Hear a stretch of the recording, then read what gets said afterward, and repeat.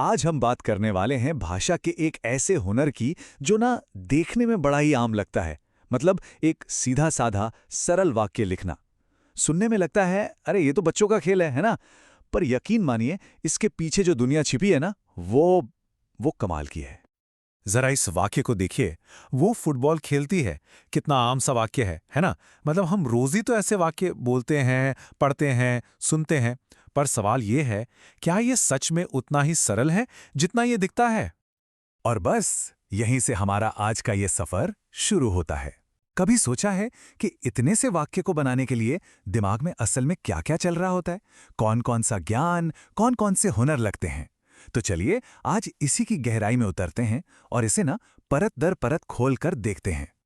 तो सबसे पहले ये समझना जरूरी है कि ये सरल वाक्य आखिर है क्या चीज। देखिए, ये सिर्फ कुछ शब्दों का झुंड नहीं है, नहीं, ये हमारे विचारों की सबसे पहली, सबसे बुनियादी और शायद सबसे शक्तिशाली इकाई है। अगर बिल्कुल सीधे शब्दों में कहे ना, तो एक सरल वाक्य वो है जिसमें एक कर्ता हो यानी सब्जेक्ट और एक क्रिया हो यानी प्रेडिकेट, और ये दोनों मिलकर एक पूरा कंप्लीट मतलब बनाएं। जो लोग अंग्रेजी सीखना शुरू करते हैं ना, उनके लिए ये समझ लीजिए पहला और सबसे जरूरी पड़ाव होता है। इसे CEFR A1 लेवल भी कहा जाता है। और देखिए, इस बात की अहमियत को कम बिल्कुल नहीं आंकना चाहिए। ये सिर्फ एक छोटा सा कदम नहीं है, नहीं, ये वो मजबूत नींव है जिस पर भाषा की पूरी शानदार इमारत खड़ी होती है। सोचिए, अगर नींव ही कच्ची रह गई तो ना तो लिखने में कभी मजबूती आएगी और ना ही पढ़ने में वो समझ बनेगी। तो फिर चलिए अब इस वाक्य का एक तरह से पोस्टमार्टम करते हैं, है ना? एक आर्किटेक्ट की तरह इसके ब्लूप्रिंट को समझते हैं कि आखिर इसे बनाने में कौन-कौन से हिस्से लगते हैं। देखिए, किसी भी सरल वाक्य को बनाने के लिए ना 4 बुनियादी चीजों की जरूरत पड़ती है। आप कह सकते हैं कि ये इसके 4 मजबूत पिलर्स हैं। पहला है व्याकरण यानी ग्रामर। दूसरा शब्दावली मतलब वोकैबुलरी। तीसरा विराम चिन्ह पंक्चुएशन। और चौथा सामग्री यानी कंटेंट, कि भाई कहना क्या चाहते हैं। अब इनमें से सबसे पहले और सबसे जरूरी हिस्से पर आते हैं व्याकरण। और व्याकरण का भी वो नियम जो अंग्रेजी की रीढ़ की हड्डी है, वो है SVO स्ट्रक्चर, यानी पहले सब्जेक्ट, फिर वर्ब और उसके बाद ऑब्जेक्ट। जैसे हमारे उदाहरण में था शी सब्जेक्ट, प्लेज वर्ब और फुटबॉल ऑब्जेक्ट। बस इस एक नियम को समझ लेना वाक्य बनाने की पहली और सबसे अहम सीढ़ी है। तो भाई ये कैसे पता चलेगा कि किसी ने ये हुनर सीख लिया है या नहीं? इसके लिए कुछ एकदम साफ पैमाने हैं।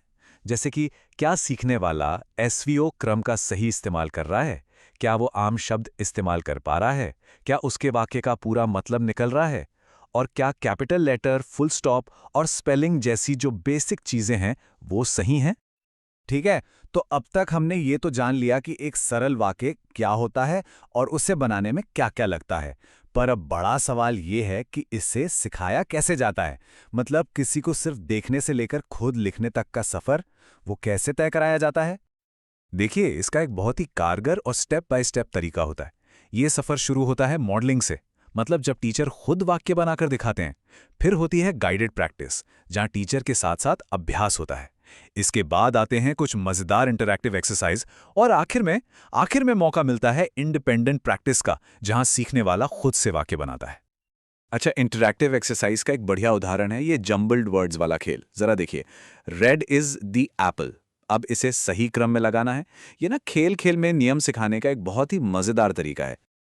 और जब सीखने वाला इसे ठीक करके द एप्पल इज रेड लिखता है, तो वो असल में SVO के नियम को ही तो मजबूत कर रहा होता है। यही तो खूबसूरती है इन छोटे छोटे अभ्यासों की। ये बिल्कुल वैसा ही है जैसे बूंद बूंद से सागर भरता है। अच्छा, अब जब सिखा भी दिया, अभ्यास भी करा दिया, तो फिर ये कैसे पता चलेगा कि बात बनी या नहीं? तो भाई यहीं पर आता है मूल्यांकन यानी असेसमेंट।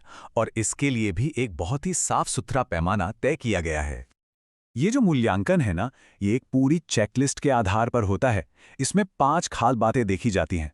पहला, वाक्य का स्ट्रक्चर सही है या नहीं। दूसरा, ग्रामर कितनी सटीक है। तीसरा, विराम चिन्ह मतलब पंक्चुएशन ठीक से लगे हैं या नहीं। चौथा, शब्द और स्पेलिंग सही हैं। और पांचवा और सबसे जरूरी, क्या कही गई बात साफ साफ समझ आ रही है। और यहीं पर आता है वो मैजिकल नंबर 80%। जी हाँ, जब कोई सीखने वाला अपने 80% वाक्यों में इन सभी पैमानों पर खरा उतरता है, तब ये माना जाता है कि उसने इस हुनर में महारत हासिल कर ली है और अब वो अगले लेवल के लिए पूरी तरह से तैयार है। वैसे फीडबैक देने का तरीका भी बहुत मायने रखता है। नियम बड़ा सीधा है, पहले तारीफ फिर सुधार। यानी पहले ये बताइए कि क्या अच्छा किया है और फिर उन जगहों पर ध्यान दिलाइए जहां और बेहतर किया जा सकता है। इससे होता क्या है कि सीखने वाले का हौसला बढ़ता है, टूटता नहीं है। तो चलिए अब तक की सारी कड़ियों को जरा जोड़कर देखते हैं। ये जो सरल वाक्य है ना, ये सिर्फ एक वाक्य नहीं है। ये असल में बड़े और मुश्किल विचारों को बनाने वाला एक ब्लूप्रिंट है, एक तरह का लॉन्च पैड है।